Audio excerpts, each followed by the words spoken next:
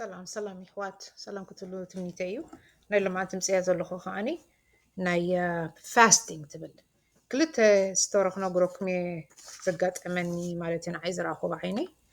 ንሳተን ከዓ ቁርብ ትምህርቲ ንክህበና ማለት እዩ ንሱ ከዓኒ ሓደ መዓልቲ ኣዲስ ኣበባ ከይድና ከለና ቫኬሽን ማለት እዩ ብግዜ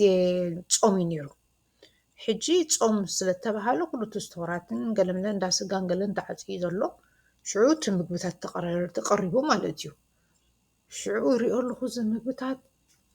ምል ኢሉ ጣውላታት በቃ ዘይበሃል ምግብታት ርእዮ ዘይፈልጥ ማለት እዩ ሂወተይ እንታይ ዳ እዩ ዝብል ኣሎ ፆም በቃ ናይ ፆም እዩ ይብላኒ ማለት እዩ ከይ ተረፈ ናይ ፆም ኣብኡ ተቐሪቡ እዚ ደኣ ከመይ ገይሩ ዳ እዩ ዝፆም ኢለ ሽዑ ገሪሙኒ ከመይ ዓይነት ነገር ዳ እዩ ዝፆም ከመይ ዝርድአና ፆም ኢለ ሽዑ በቃ ኣብ ልበይ ኣትዩኒ ማለት እዩ እቲ ሓሳብ ፆም ክበሃል ከሎሲ ኣብሰንቲ ካብቲ ትፈትዎ ነገር ንኽትጥንቀቕ ካብቲ ትፈትዎ ነገር ንኸይትበልዕ ሽኮር ድዩ ዝኾነ ነገር ጥዑም ነገር ንኸይትበልዕ ወይ እምበረይ የግድን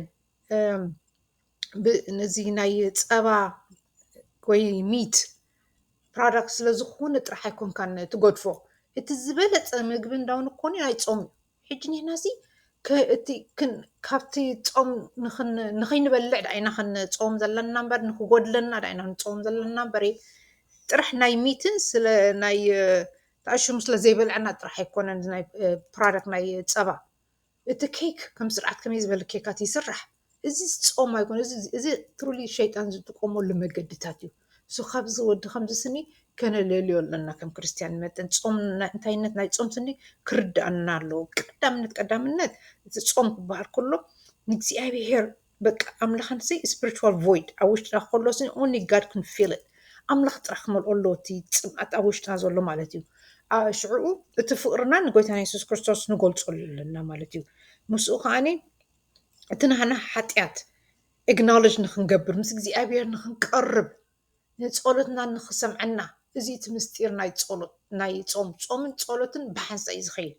ርሕስናት እንትዱ ምግቢ ናይ እዚ ሚት ስለ ዘይበላዕኩ ወይ ከዓ ሚልክ ፕሮዳክት ገዲፈ ኢልካ ኬካትን ከመይ ዝበለ ኬክ እናሰራሕካ እዚ ፆም ኣይበሃልን እዚ ሸይጣን ዝጥቀመሉ ዘሎ መገድታት እዩ ብብዙሕ ነገር ንኸየጥቅዐና ኣብዚ ክንጥንቀቕ ኣለና ምስኡ ከዓኒ ክንከይድ ከለና ኣብ ሓደ ዝኾነ ቦታ ማለት እዩ ወይ ተዓዲምና ድዩ ወይ ገለ ክቁርብ ኢልካ ደልዩሞ ፆም እንዴ ክንብል ከለና እዚ ንባዕሉ ከዓኒ ጎይታ እንታይ እዩ ዝብለና ብምስጢር ሓዝዎ ገፅኩም ወላህላ ይበል ኣይኽፈኹም ኩሉ ንውሽጡኩም ሕዝዎ it should be between us and God ኩሉ ትነገብሮ ነገር ስኒ ብትሕትና ብምስጢር ተጌርናዮ ሞርካ ንጎይታ እቲ ዝደለናዮ ነገር ይፍፅመልና ፀሎትና ድዩ ዘለዎ ኣባና ምቅራብ ብዙሕ ፀጋታት የፍስሰልና ማለት እዩ ሕጂ ክልተ ነገረኩም ደልየ ዘለኹ ምሳኻ ሓንቲ ከዓኒ ሓደ ዝፈልጦ ሰብ ነይሩ በዓል ሓዳር እዩ ንሱ ከዓኒ ሓደ መዓልቲ መፂ እንታይ ይብለኒ ፃዕዳ እዩ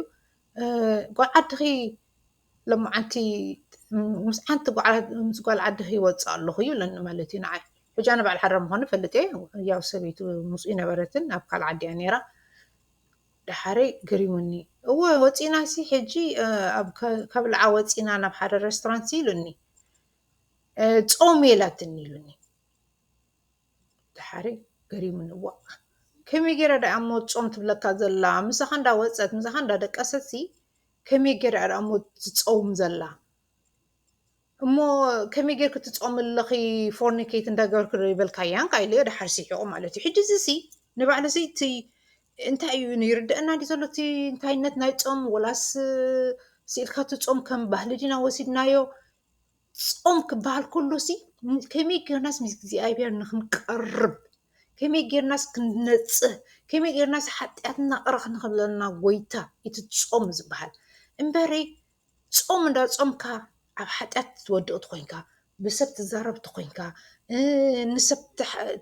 ተልዕል ኮንካ ወይ ሕማቅ ነገር ትፍፅም እንተ ኮንካ እዚ ፆም ኢና ክንብስ ኣይንኽእልን ኢና እቲ ፆም ንባዕሉ እኮ ካብ ሓጢኣት ከርሕቐና ምስ እግዚኣብሔር ሞር ሪሌሽንሽፕ ንክንረክብ ሚኒንጉ ንሱ እዩ ፕሬየር ኤንድ ፋስቲንግ ክበሃል ከሎ ከመይ ጌርና ምስ ኣምላኽ ክንቀርብ ኣለና ከመይ ጌርና ንሸይጣን ክንስዕሮ ከም ዘለና ዝገልጽ ከምቲ ጎይታና የሱስ ክርስቶስን ን40 መዓልቲ ከይዱ ክጾም ከሎ ካብ ንበይኑ ጠፊኡ ካብ ናቱ ኣፖስትልስ ሃዲሙ ከይዱ ጾም ዝነበረ ሞ ሸይጣን መሲኡ የስሕቶ ነይሩ ፀሚ ስለ ዝነበረ ንሕና ከዓ ከምኡ ዓይነት ሂወት ክህልወና ኣሎ ክንጾም ከለና ሲ ንበይንና ብምስጢር ንሕናን ኣምላኽናን ጸሎት እንዳገበርና ካብ ሓጢኣት ርሒቕና ካብ ዓለም ወፂና ዳይና ክንጾም ዘለና እምበር ድላይካ እንዳገበርካ ጾም ማለት ጾም እዚ ሸይጣን ዝጥቀመሉ መገድታት እዩ እቲ ሓደ ዕንቅፋት ዝመፀና ዘሎ እንድሕር ሚኒንግ ናይ ጾም ዘይተረድአና ያው እዚኣ ክብሪ ኢለ መፅአ እግዚኣብሔር ጎይታ ልብና ክፈተልና ስጋዕ ኔክስት ታይም ንራኸብ ኣምላኽ ምስኻትኩም ይኹን ፍቓዱ ተኾይኑ ጋድ ብለስ